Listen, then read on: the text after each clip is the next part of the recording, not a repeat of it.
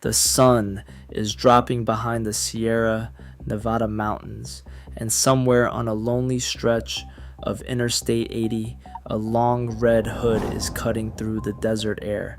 Chrome stacks, a wide grille, 22 tires humming on hot asphalt.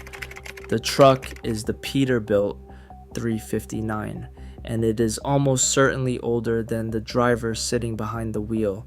This machine was built between 1967 and 1987 in a factory in Newark, California. By every reasonable measure, it should be in a junkyard. Instead, it is worth more today than the day it rolled off the assembly line. Collectors pay six figures for clean examples. Truckers pull over at rest stops just to take pictures of them. And Hollywood, for about a decade, could not stop putting them on movie posters. Here is the strange part. Nobody at Peterbilt Motors set out to build a legend. The engineers working on the 359 were trying to solve boring problems. How do you make a cab that does not rattle your teeth out after 8 hours? How do you set an axle back far enough to keep the front tires from wearing through in 6 months? How do you sell a truck to a guy who is going to live inside it? They solved those problems, and somewhere along the way, they accidentally built the most recognizable semi-truck in American history. This is how it happened. If you are into machines that were not meant to become legends but did, hit like and subscribe. I have got a lot more stories like this. To understand the 359, you have to go back to 1939, to a lumberyard in Oakland, California. A man named T.A. Peterman was in the logging business, and he was furious at his trucks. The chain-driven rigs of the 1930s were breaking down constantly on the mountain roads of the Pacific Northwest. Peterman decided he could build something better himself. He bought a struggling truck company called Fagio, renamed it Peterbilt, and started making heavy-duty logging trucks that could actually survive the job. Peterman died just a few years later, but the company kept going. By the 1950s, Peterbilt had shifted from logging trucks to long-haul highway rigs. And by the mid-1960s, they had a problem. Their existing model, the 351, was aging. The competition was getting sharper. They needed something new. In 1967, at the Newark, California assembly plant, the first Peterbilt 359 rolled out of the factory. From the outside, it looked like a classic American conventional truck. A long hood stretching out in front of the driver, a squared-off aluminum cab, big round headlights, a tall chrome grille with the red oval Peterbilt logo right in the middle. But the 359 had some quiet tricks inside that design. The front axle was set back from the bumper, which changed the weight distribution and helped the tires last longer on heavy hauls. The cab was made from aluminum instead of steel, which cut weight and fought off rust. The frame was overbuilt to a degree that modern engineers would call wasteful and old truckers call a feature. Under the hood, a driver could spec the 359 with any of the three legendary American diesel engines of the era, a Cummins, a Caterpillar, or a Detroit diesel. These were not delicate machines. A well-maintained Cummins Big Cam could run over 1 million miles before needing a serious rebuild. A Caterpillar 3406 could pull a loaded trailer over the Rocky Mountains all day and barely break a sweat. The 359 was built to last. That bulletproof reputation started spreading through the trucking community almost immediately. Then came 1973. Everything about American trucking changed. The oil crisis hit the United States like a hammer. Fuel prices doubled, diesel got rationed, and in response, the federal government did something that truckers took personally. They imposed a nationwide 55 miles per hour speed limit. For a long-haul driver paid by the mile, a slower speed limit meant less money in the pocket and more hours away from home.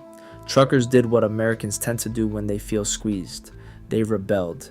In December of 1973, drivers began blockading highways. They parked their rigs across interstates. They shut down fuel stops. They organized over citizens' band radio, which until that point had been a niche hobby. Suddenly, every long-haul trucker in America had a CB in the cab, and the highway turned into a giant party line where drivers shared fuel tips, speed trap warnings, and running jokes in a slang that sounded like a secret language. The trucker became a folk hero, a working class rebel with a diesel engine and a radio handle, and the truck parked under him, more often than not, was a Peterbilt 359. Hollywood noticed. In 1977, a movie called Smokey and the Bandit came out, starring Burt Reynolds and a Kenworth W900. The Kenworth got a lot of the glory, but the film kicked open the door for trucker movies, and the Peterbilt 359 was about to walk right through it. In 1978, a film called Convoy hit theaters. It was based on a song. The truck on screen was a Peterbilt 359 painted silver, pulling a long reefer trailer across the American Southwest. The movie itself got mixed reviews, but the image of that silver 359 leading a line of angry truckers down a desert highway burned itself into the culture. And about that song, in 1975, a writer named Bill Fries, working at an advertising agency in Omaha, Nebraska, created a character named C.W. McCall for a bread commercial. The character was a trucker. The commercials got popular, and Fries started releasing actual music under the C.W. McCall name.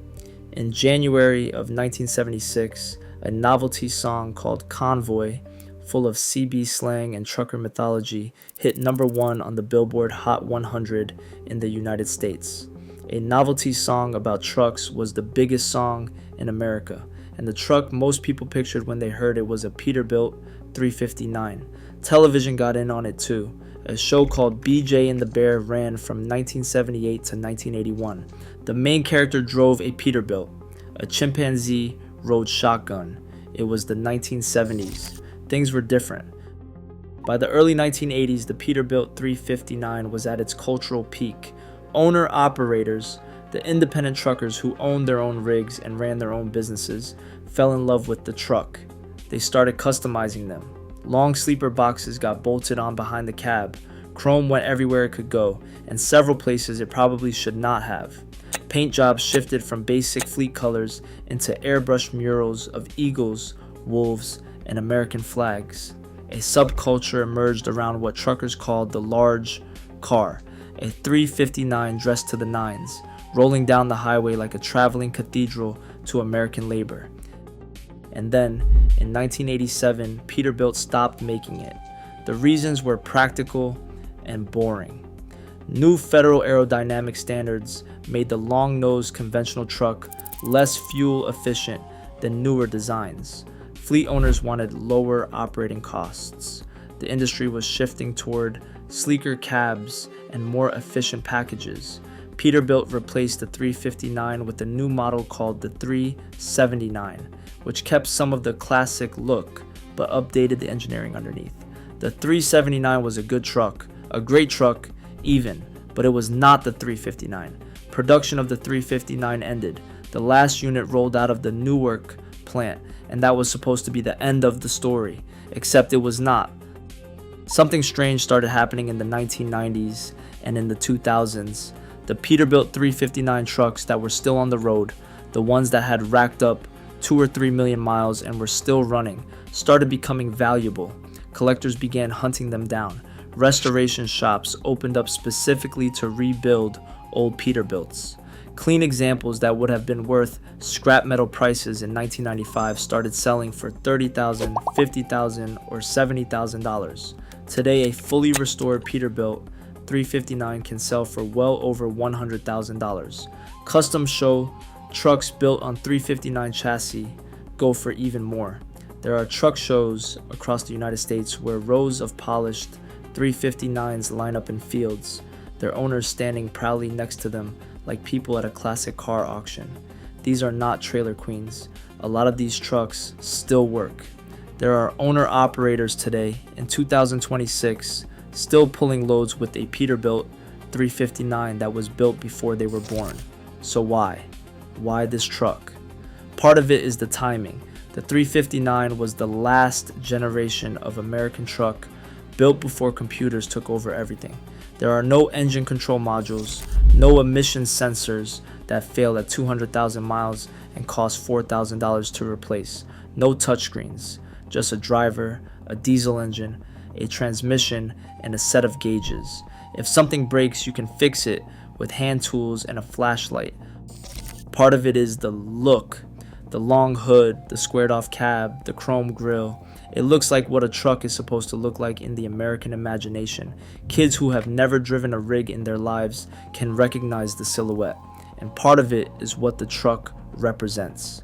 The Peterbilt 359 rolled through the most mythologized decade in trucking history.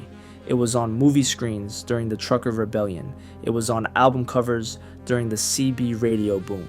It was the machine underneath the guy who was supposed to be the last American cowboy, a free agent with his own rig, running his own business, answering to nobody.